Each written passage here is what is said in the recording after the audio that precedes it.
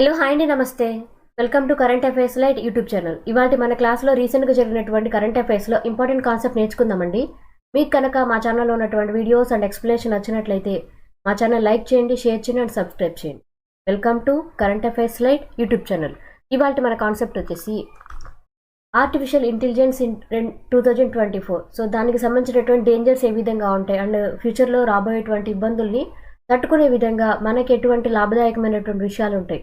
అంటే అసలు 2023నే మనకి ఆర్టిఫిషియల్ ఇంటెలిజెన్స్తో స్టార్ట్ అయింది. అండ్ ఈ యొక్క సంవత్సరం ఏదైతే ఉందో ఆర్టిఫిషియల్ ఇంటెలిజెన్స్ పరంగా చాలా పురోగతి అనేది వస్తుందన్నమాట.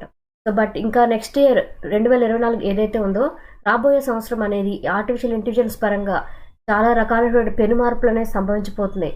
బట్ దీనివల్ల మనకి మంచి జరుగుతుందా, చెడు జరుగుతుందా, అండ్ ఇంకా మన టెక్నాలజీ పరంగా ఇంకా అభివృద్ధిని సాధిస్తామా అనేటువంటి చాలా అపోహలు, అనుమానాలు అండ్ ఇంకా ప్రాబ్లమ్స్ ఏమున్నాయి అటువంటి అన్ని విషయాలు కూడా మనకి ఉన్నాయన్నమాట.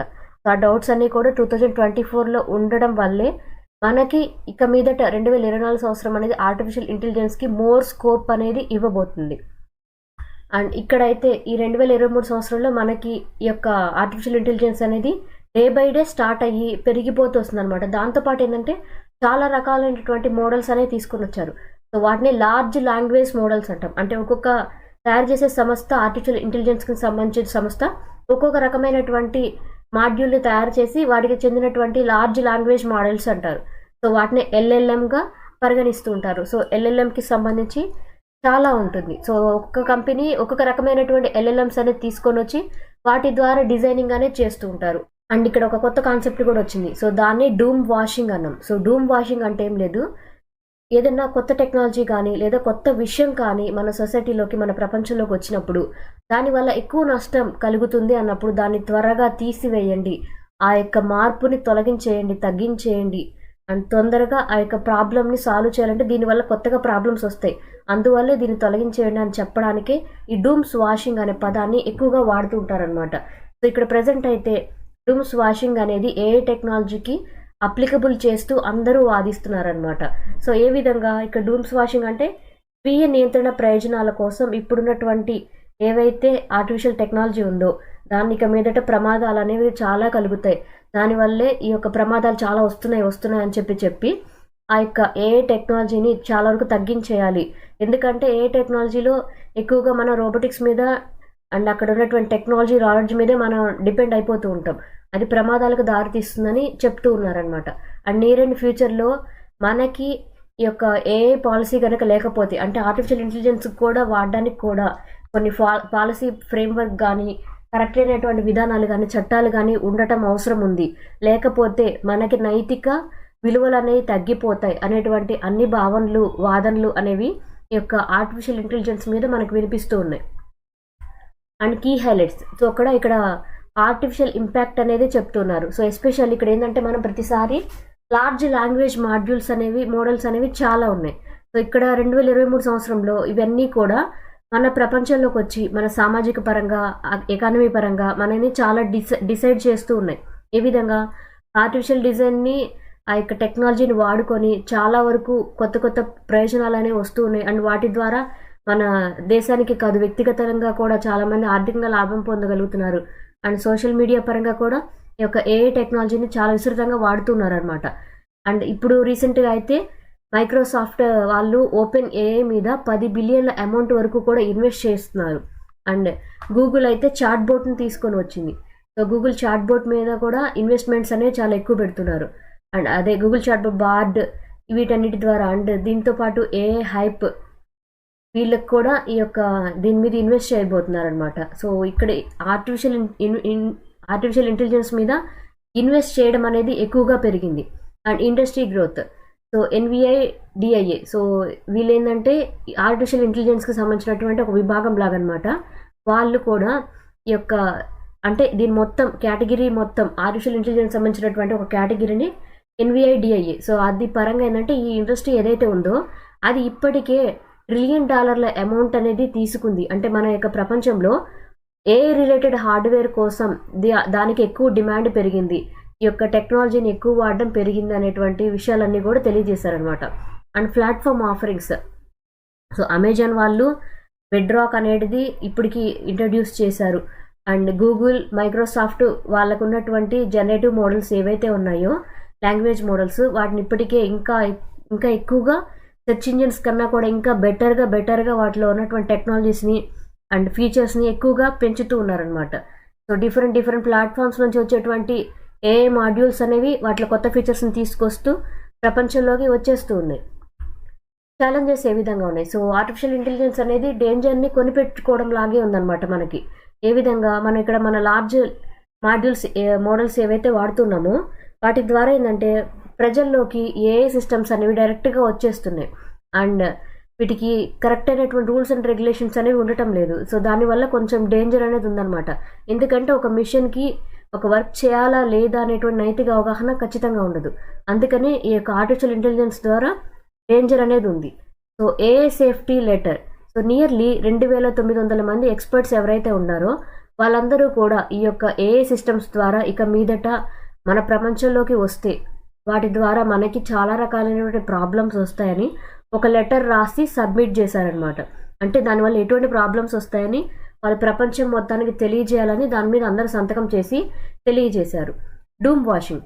సో ఇక్కడైతే ఇండస్ట్రీస్ అంటే ఏ యొక్క రంగంలోనైనా ఈ డూమ్స్ వాషింగ్ పదం అనేది వాడతాం. అండ్ ఇక్కడ ఎస్పెషల్లీ ఆర్టిఫిషియల్ ఇంటెలిజెన్స్ అనేది రావడం వల్ల సెల్ఫ్ రెగ్యులేషన్ అనేది కోల్పోతాం. అండ్ మనకి ఈ యొక్క సెల్ఫ్ రెగ్యులేషన్ అనేది ఉండదు. అంటే అంతటా మనం ఎప్పుడు ఈ యొక్క ఆర్టిఫిషియల్ ఇంటెలిజెన్స్ మీద అలవాటు పడిపోతే మనం కనీసం మనం ఆలోచించి తీసుకోవాల్సిన డెసిషన్స్ కూడా మనం తీసుకోలేమన్నమాట. అందువల్లే ఈ డూమ్స్ వాషింగ్ అనే టర్మ్ తీసుకొచ్చి దీన్ని కంప్లీట్గా తగ్గించేయండి. లేదా ఈ యొక్క ఆర్టిఫిషియల్ ఇంటెలిజెన్స్ వాడేటప్పుడు మనకి ఎక్స్టర్నల్ ఓవర్సైట్ అనేది అవసరం. అంటే ఒక వ్యక్తిగత పర్యవేక్షణ ద్వారా మనం కూడా ఆ యొక్క కంప్యూటర్ చెప్పినటువంటి విషయాన్ని అనలైజ్ చేసుకునేటువంటి శక్తి కూడా మనకు ఉండాలన్నమాట. సో అది కూడా ఇక్కడ ఇందులో ఉన్నటువంటి ఒక ఛాలెంజ్. ఈ terms. So large language models అన్నాం. సో లార్జ్ లాంగ్వేజ్ మోడల్స్ అంటే ఒక్కొక్క కంపెనీ వాళ్ళకు సంబంధించినటువంటి ఆర్టిఫిషియల్ ఇంటెలిజెన్స్కి సంబంధించినటువంటి డేటాని ఒక రకంగా ప్రజెంట్ చేస్తుంది. సో దాన్ని లార్జ్ లాంగ్వేజ్ మోడల్స్గా చెప్తున్నారు. AGI, artificial general intelligence. ఇది బేసిక్ మాడ్యూల్ లాగా అనమాట. ఇది మ్యాక్సిమం అన్ని మోడల్స్కి ఒకేలాగా ఉంటుంది. And doom washing. So doom washing అంటే ఇక్కడ ఖచ్చితంగా ఈ యొక్క ఆర్టిఫిషియల్ ఇంటెలిజెన్స్ అనేది వచ్చినప్పుడు దానివల్ల ఖచ్చితంగా ప్రాబ్లమ్స్ వస్తాయి మనకి ఫ్యూచర్లో. అండ్ ఈ యొక్క ఆర్టిఫిషియల్ ఇంటెలిజెన్స్ని వాడుకోవాలి అంటే సెల్ఫ్ రెగ్యులేషన్ అనేది ఖచ్చితంగా ఉండాలి అని చెప్పడమే డూమ్ వాషింగ్. Ethics washing. సో ఇక్కడ ఎథిక్స్ వాషింగ్ అంటే ఇందులో ఉన్నటువంటి ప్రాబ్లం ఏంటంటే మన ఏ టెక్నాలజీని వాడినప్పుడు మనకి నైతిక విలువల మీద సరైనటువంటి అవగాహన రాదనమాట. అంటే అవి నశించిపోతాయి నైతికంగా. ఏ విధంగా అంటే ఒక మైనర్ కనుక అన్వాంటెడ్ సెర్చ్ ఒక ఏదైనా రెక్కి చేయకూడదు. అంటే లైక్ ఉగ్రవాదం గురించి కానీ అటువంటిది ఏదన్నా సెర్చ్ చేసినా ఆ యొక్క మిషన్కి తెలియదు కాబట్టి అతనికి ఆ డేటా అనేది ఇచ్చేస్తుంది. సో అలా ఉంటుంది కాబట్టి నైతిక విలువను పాటించే విధంగా ఉండే విధంగా ఈ యొక్క ఏఐ టెక్నాలజీని వాడాలి అనేటువంటి ఒక ఇష్యూ అనేది లేవనెత్తారనమాట. Key phrases. సో ఇక్కడ political economy of AI. So ఇక్కడ ఏంటంటే ఆర్టిఫిషియల్ ఇంటెలిజెన్స్ పరంగా మన డేటాకి ప్రైవసీ లేకుండా పోతుంది. అండ్ లేబర్ కండిషన్స్ను కూడా ఇది తీసివేస్తుంది అనమాట. ఇలా చేయడం వల్ల రాజకీయ పరంగా ఈ యొక్క టెక్నాలజీని వాడుకొని ప్రజల్ని ప్రభావితం చేసేటువంటి ప్రమాదం ఉంది. అండ్ వాళ్ళ యొక్క డేటా అనేది మొత్తం కూడా మనం ఇక్కడ ఆర్టిఫిషియల్ ఇంటెలిజెన్స్ని వాడుకుంటూ ఉన్నారంటే వాళ్ళని ప్రభావితం చేయడానికి, లేదా ఈ యొక్క టెక్నాలజీని వాడి సాధారణ వ్యక్తులు కూడా గవర్నమెంట్ని ప్రభావితం చేసేటువంటి ప్రమాదం కూడా ఉందన్నమాట. అండ్ మనకు ఉన్నటువంటి ఇప్పుడున్నటువంటి టెక్నాలజీ కావచ్చు, ఇండస్ట్రీస్ కావచ్చు, వాటి పరంగా ఏంటంటే వాటన్నిటిని మార్చివేయాల్సి వస్తుంది. సో ఇప్పుడు మనం జనరల్గా ఒక వర్క్ చేస్తూ ఉన్నప్పుడు నార్మల్ మిషనరీస్తో వర్క్ చేయడం వేరు, ఆర్టిఫిషియల్ ఇంటెలిజెన్స్తో కూడినటువంటి మిషన్స్తో వర్క్ చేయడం వేరు. సో ఆర్టిఫిషియల్ ఇంటెలిజెన్స్ బాగా వర్క్ అవుతుంది కదా అని చెప్పి వాటి మీదకి వెళ్తే ఆల్రెడీ ఉన్న మిషనరీస్ అనేవి వేస్ట్ అయిపోతాయి.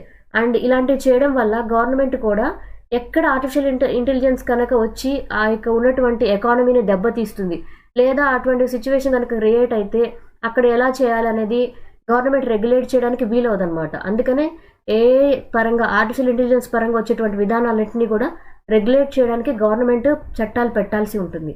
కానీ వాటిని చెక్ చేయడం కూడా చాలా కష్టం అనమాట. అంటే ఒక్కొక్క ఇండివిజువల్ పర్సన్ ఏది వాడతారో కనిపెట్టడం కష్టం.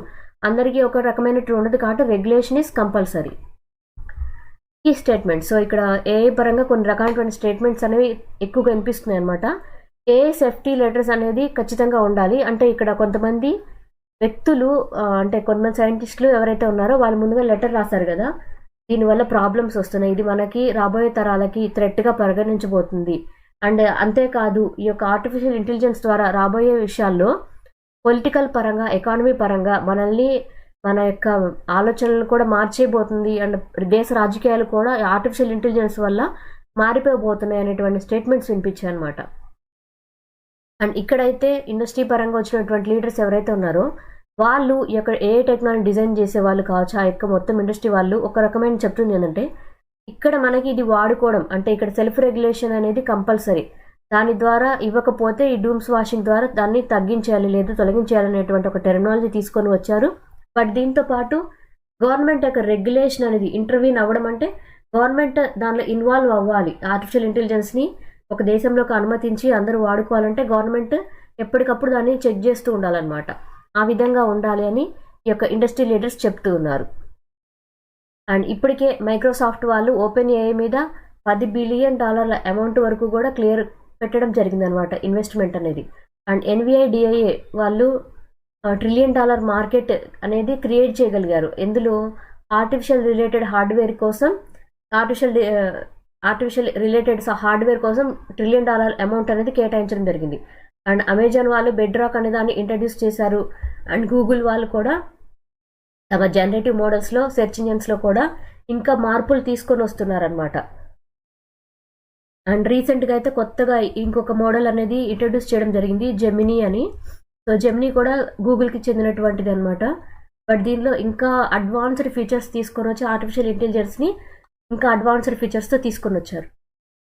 ఫ్యూచర్ తరాల్లో జెమినీ, ఈ యొక్క బార్డ్ ఇవన్నీ కూడా మనకందరికీ ఎక్కువగా ఉపయోగపడబోతున్నాయి. కానీ వాటి వల్ల నష్టాలు కూడా రాబోతున్నాయి. ఈ ఫ్యాక్ట్స్ ఇక్కడ ఎప్పుడైతే ఈ యొక్క ఆర్టిఫిషియల్ ఇంటెలిజెన్స్ వల్ల ప్రాబ్లమ్స్ వస్తున్నాయని ముందుగానే గ్రహించారో, యుఎస్ గవర్నమెంట్ వాళ్ళు ఏం చేశారంటే కొన్ని వాలంటరీ రూల్స్ అనేవి ముందుగానే పాస్ చేశారనమాట. సో ఏ విధంగా ఈ ఆర్టిఫిషియల్ ఇంటెలిజెన్స్ని వాడేటువంటి అన్ని కంపెనీలకి కూడా ఈ యొక్క సేఫ్టీ రూల్స్ అనేవి ముందుగానే ఇచ్చి ముందుగానే వీటిని ఫాలో అవ్వండి అని కొన్ని రూల్స్ అండ్ రెగ్యులేషన్స్ అనేవి మీరంతటా మీరే ఫాలో అవ్వండి. ఆర్టిఫిషియల్ ఇంటెలిజెన్స్ మీద స్వీయ నియంత్రణకు ఉండాలంటే కొన్ని రూల్స్ పెట్టండి అని చెప్పి ముందుగానే పెట్టారనమాట. అండ్ యూరోపియన్ యూనియన్ వాళ్ళు కూడా డిసెంబర్లో ఈ యొక్క కొన్ని స్పెసిఫిక్ రూల్స్ అండ్ రెగ్యులేషన్ని ఒక ఏఐ యాక్ట్ ద్వారా తీసుకొని వచ్చారు. అంటే ఏఐకి చెందినటువంటి కొన్ని చట్టాలు అనేవి వాళ్ళు ఇవ్వడం జరిగిందనమాట. సో గ్లోబల్ వైడ్ అయితే వాళ్ళు ఇచ్చినటువంటి చట్టాలని చాలా దేశాలు పాటించడానికి ఒప్పుకున్నాయి అనమాట. అంటే వాళ్ళు చేసినటువంటి రెగ్యులేషన్ అనేది కరెక్టే, అదే విధంగా మన దేశంలో కూడా ఉండాలని చాలా వరకు అన్ని దేశాలు వాటిని పాటిస్తూ ఉన్నాయి. Critical analysis. సో ఇక్కడైతే సేఫ్టీ లెటర్ అనేది మెయిన్గా ఎక్కడ ఫోకస్ చేస్తుందంటే, ఎప్పటికప్పుడు కూడా ఏదైనా థ్రెట్ వస్తుంది అన్నప్పుడు ముందుగానే చెకింగ్ అనేది ఉండాలి ఆర్టిఫిషియల్ ఇంటెలిజెన్స్ ఉపయోగించేటప్పుడు.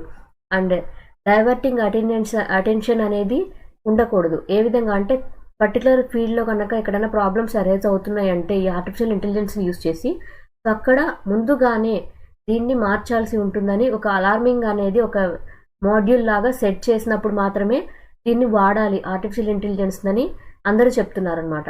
సో ఫ్యూచర్లో కనుక ఈ సేఫ్టీ లెటర్ని ఫోకస్ చేయకపోతే మనం పొలిటికల్ వైజ్, ఎకానమీ వైజ్ చాలా ప్రాబ్లమ్స్ అనేది ఫేస్ చేయబోతున్నాం. అండ్ ఇక్కడ ఇండస్ట్రీ సెంట్రిక్ పరంగా అంటే ఇక్కడ మనకు తీసుకున్నటువంటి ఆర్టిఫిషియల్ ఇంటెలిజెన్స్ ఇండస్ట్రీ ఏదైతే ఉందో వాళ్ళు చెప్తున్నటువంటి విషయం ఏంటంటే, గవర్నమెంట్ కనుక రెగ్యులేషన్స్ చేయకపోతే సరైనటువంటి విధానాలు అనేవి చేయలేదు. ఎందుకంటే అందరికీ ఈ యొక్క విధానాలు అనేవి అమలు చేయాలి అంటే గవర్నమెంట్ తన ఆధీనంలోకి తీసేసుకోవాలి. కానీ కంపెనీస్ కంప్లీట్గా గవర్నమెంట్కి ఆధీనం ఇవ్వవు కాబట్టి వాటి వల్ల వచ్చేటువంటి ప్రమాదాలు కూడా పొంచి ఉన్నాయి. అందువల్ల ఏంటంటే గవర్నమెంట్ కొంతవరకు మాత్రమే ఇన్వాల్వ్ అవుతుంది వీటిలో, ఆర్టిఫిషియల్ ఇంటెలిజెన్స్లో. అది ఒక ప్రాబ్లమే అనమాట. Way forward. సో ఇక్కడైతే గ్రీన్ సోషలైజేషన్ అనేది ఇవ్వబడింది ఏఐ పాలసీ కోసం. అండ్ దీని ద్వారా ఏంటంటే కొన్ని రెగ్యులేషన్ పాలసీస్ అనేవి ఇవ్వబడుతున్నాయి. అండ్ దీని ద్వారా ఏంటంటే డెమోక్రటిక్ వాయిసెస్ కూడా మనకి వినిపించబోతున్నాయి అనమాట. ఏ విధంగా ప్రతి ఒక్కరూ తమకి చెందినటువంటి వాదనని వినిపించడానికి ఒక అవకాశంగా ఆర్టిఫిషియల్ ఇంటెలిజెన్స్ అనేది ఫ్యూచర్లో మనకి రాబోతుంది. అండ్ ఏఐ డిప్లాయ్మెంట్ పరంగా అంటే మనం ప్రతి చోట ఆర్టిఫిషియల్ ఇంటెలిజెన్స్ అనేది తీసుకొని రావడం వల్ల మనకి చాలా ఉపయోగాలు ఉన్నాయి. అండ్ దీనివల్ల ఏంటంటే కొంచెం ఎథికల్ కన్సిడరేషన్స్ ఉన్నాయి. అంటే నైతికంగా కరెక్ట్గా వర్క్ అవుతుందా లేదా అనే డౌట్ కనుక మనకు ఉంది. కానీ మనం తీసుకొచ్చినటువంటి ఇన్నోవేషన్, మనం తీసుకొచ్చినటువంటి కొత్త మోడల్ అయినా కొత్త టెక్నాలజీ అయినా సరిగ్గా వాడుకోవడం అనేది, బ్యాలెన్స్డ్గా వాడుకోవడం అనేది మన చేతుల్లోనే ఉంది. Thank you for watching my video. మీకు కనుక నా వీడియో ఎక్స్ప్లెనేషన్ నచ్చినట్లయితే నా వీడియోస్ లైక్ చేయండి, షేర్ చేయండి అండ్ సబ్స్క్రైబ్ చేయండి. Thank you for watching. Thank you.